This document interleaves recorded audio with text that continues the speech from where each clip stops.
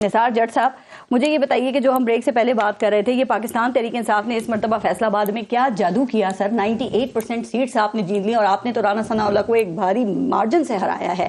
तो ये अलमिया ये है कि वो धांधली की कंप्लेन भी नहीं कर सकते। जादू क्या हुआ? ये जादू कोई नहीं। 16 माह में जो इनकी साजिशें थी, जो इनकी परफॉर्मेंस थी, जो इनका रवैया था, जो जिस तरह ये हम लोगों को ये जिबा करने पे तुले हुए थे, ये उसका जवाब था। वहां धांधली नहीं हो सकी। हाँ जी, वहां धांधली नहीं। अल्हम्दुलिल्लाह हमने पूरे फैसलाबाद में यूनाइट होकर इलेक्शन लड़ा है। फैसलाबाद, गुजरावाला, सरगोदा, ये गढ़ थे, इनके हाथ से कैसे हम कहते हैं कि हम लोगों ने बिल्कुल कॉन्शियस होकर अपना इलेक्शन लड़ा। उसके बावजूद भी पारा साहब एक बात बताएं, ये कैसा इलेक्शन था कि मुझे इलेक्शन में जलसा नहीं करने की इजाजत? ये कैसा इलेक्शन था कि मुझ पे मुकदमात हैं? ये कैसा इलेक्शन था कि मैं पब्लिक में नहीं जा सकता हूं? ये कैसा इलेक्शन था कि हमारे साथ जो हाल हशर किया वो दुनिया ने देखा?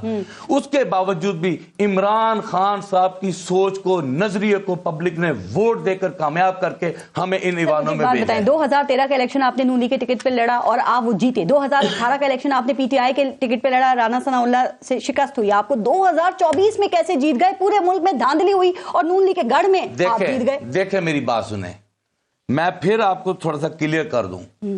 ये जो शिकायत है धांधली की, रिगिंग की जो शिकायत है, ये इंडिविजुअल कैपेसिटी में है। ठीक है जी, हम आज भी मुतालबा कर रहे हैं ट्रांसपेरेंसी के हवाले से कि जो इंडिविजुअल कैपेसिटी में जहां पर शिकायत है, इलेक्शन कमीशन को चाहिए कि उनको फिल फॉर रिजॉल्व किया जाए। यही पिक एंड चूज जो है ना, ये आपके मौक़िफ़ को कहा जा रहा है कमजोर कर रहा है। मुझे बताएं कि ये जो तनाज़ा है इसका हल क्या है? 5 साल आपने ऐसे ही चलना है। देखिए मेरी बात सुने, अगर तो ये फॉर्म 47 के चोरों को बेनकाब कर देंगे, फॉर्म 45 के ऊपर जो है जो मामला हैं वो क्लियर कर देंगे। ठीक है जी, किसने करना है? ये तो हुकूमत ने करना है। ये गवर्नमेंट की जिम्मेदारी नहीं है। गवर्नमेंट ने ट्रांसपेरेंसी कमीशन की जिम्मेदारी है। नहीं तो गवर्नमेंट हम कहते हैं कि शहबाज शरीफ ये नहीं होनी 47 पे, क्योंकि अगर जिस दिन ये इंक्वायरी हो गई, जिस दिन ये फॉर्म 47 के चोर पकड़े गए, सबसे पहले शहबाज शरीफ ने, सबसे पहले नवाज शरीफ साहब ने घर जाना है। ये तो पीडीएम 1 से लेकर पीडीएम 2 के सफर में जो ये इन्होंने जो कैप्चर करने की कोशिश की, सिस्टम को क्लैप्स करके सीटें हासिल करने की कोशिश की, वो तो सारा चीज बेनकाब हो चुकी है। 2018 का इलेक्शन साफ और शफाफ था। ना होता कर लेते, डिमांड आ जाते, कर लेते, क्यों ना किए? ये भी तो उस वक्त 2.5 के करीब खड़े होकर नारे लगा रहे थे। ये भी तो बदजुबानी कर रहे थे। इन लोगों ने क्या किया था? आज इनको बड़ी शिकायत है। हम इसके बावजूद भी हाउस के प्रोसेस को कंटिन्यू करके बैठे हुए। अगर हम प्रोटेस्ट करते हैं इनको बुरा लगता है। अगर हम नहीं चलने देते, वो कहते हैं किसने ईवान को रोका? अगर ईवान चलने ना देते तो यहाँ पर ना ये आपकी गलत फहमी है। आप इंटरप्ट नहीं करेंगे, ये बिल्कुल आपकी गलत फहमी है कि अगर आप ये समझे कि आप ये सब कुछ करके बैठ जाएंगे। इस तरह नहीं होता। हम 92 की फिगर के में बैठे हुए, ये हाउस इंशाल्लाह ताला हमारी मर्जी से चलेगा और हम बताएंगे गवर्नमेंट को कि कैसे चलाना है। ये इनकी गलत फहमी चलाना है, चलाएंगे ट्रांसपेरेंट तरीके से। अगर इनका रवैया यही रहा तो इससे भयानक तरीके से चलाएंगे। इनका रवैया, ये तो खुद अपोजिशन है, ये तो मरे हुए लोग हैं। इन लोगों ने बगल में पीपल पार्टी को बिठाया हुआ है, बगल में मांगे